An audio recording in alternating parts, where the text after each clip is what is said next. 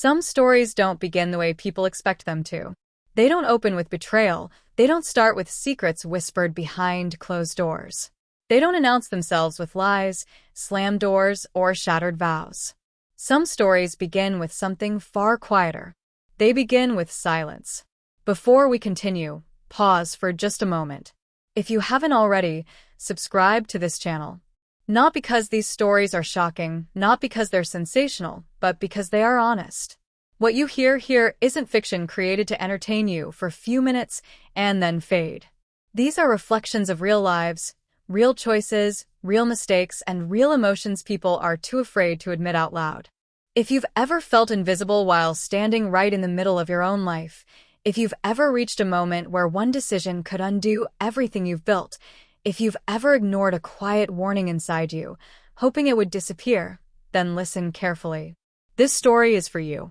Because no one wakes up one morning planning to destroy their life. No one opens their eyes and thinks, "Today I will become the villain in someone else's story." And yet that's exactly how it happens. Not through intention, but through moments. Life has a cruel habit of disguising its turning points as routine days. They don't arrive with thunder or dramatic music. They don't pause time or send warnings. They don't label themselves as the day everything changes. They slip into your life quietly. They blend in. They feel harmless. And only later, much later, do you realize that nothing has been the same. The day Ethan came back into my life was exactly like that. It was an ordinary afternoon, forgettable, the kind that dissolves into memory before the sun even sets. Soft sunlight filtered through thin curtains, catching dust in the air. The particles floated slowly, lazily, as if even time itself had decided not to rush. The house was quiet, but not peaceful. There's a difference between silence that soothes and silence that weighs on you. This was the second kind. The kind that exists when two people share a home, but no longer share a life. My husband, Kareem, had already left for work. He always left early, efficient, focused, distracted. Over the years, his responsibilities had multiplied, or maybe they hadn't multiplied at all. Maybe they had simply replaced the space where intimacy used to live. That morning felt no different, except for one thing. Ethan was back. Ethan was Kareem's son from his first marriage, 25 years old, intelligent, quiet. He had the kind of presence that made you feel seen even when he said nothing. Watchful, observant, as if he noticed details other people missed, but chose not to mention them. He had returned after a breakup, not the dramatic kind, just the slow, hollow kind that drains you from the inside out. Kareem mentioned it casually one morning, as if he were commenting on the weather. "Ethan's going to stay with us for a while," he said, already scrolling through his phone. There was no discussion, no pause to ask how I felt, no acknowledgement that the balance of our home was about to change. And just like that, it did. At first, everything was polite, too polite. Ethan and I moved around each other carefully, like strangers sharing borrowed space. Conversations were brief, respectful, neutral. Boundaries existed, even if they were never spoken aloud. We both understood something instinctively. Too much familiarity could lead somewhere dangerous. He was kind but distant. I was courteous but guarded. Because peace in a household often survives on what goes unsaid. I told myself this arrangement was temporary, that he would heal, that he would leave, that nothing would change. I was wrong.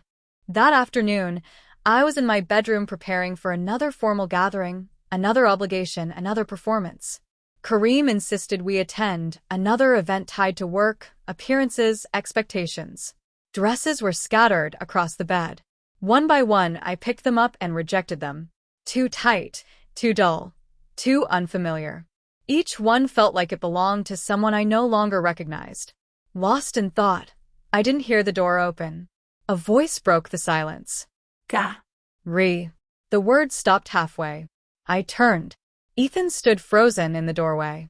For one suspended second, neither of us moved. Confusion crossed his face, then embarrassment, then panic.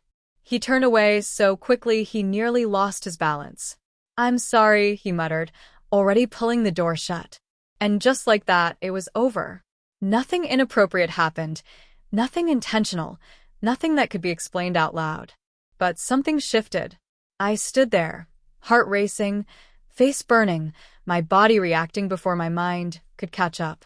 I told myself it was nothing, but deep down I knew better. From that moment on, Ethan's presence felt heavier. Not threatening, just noticeable. I became aware of his footsteps in the hallway, his voice drifting from another room, the spaces he occupied. And I hated myself for noticing. I hated how something so small could disturb the fragile order I had carefully built around my life. Kareem noticed nothing. "Ethan needs time," he said one evening, barely looking up from his phone. "He'll stay as long as he needs." I nodded. I always nodded. Ethan, unlike his father, listened more than he spoke. Where Kareem filled silence with schedules and obligations, Ethan respected it. Where Kareem spoke in absolutes, Ethan observed in questions. And that difference mattered more than I wanted to admit. One night, Kareem worked late.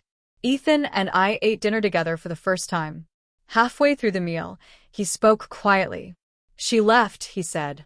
"No bitterness, no anger. No drama, no fight. She found someone else." I offered sympathy. He accepted it with tired gratitude.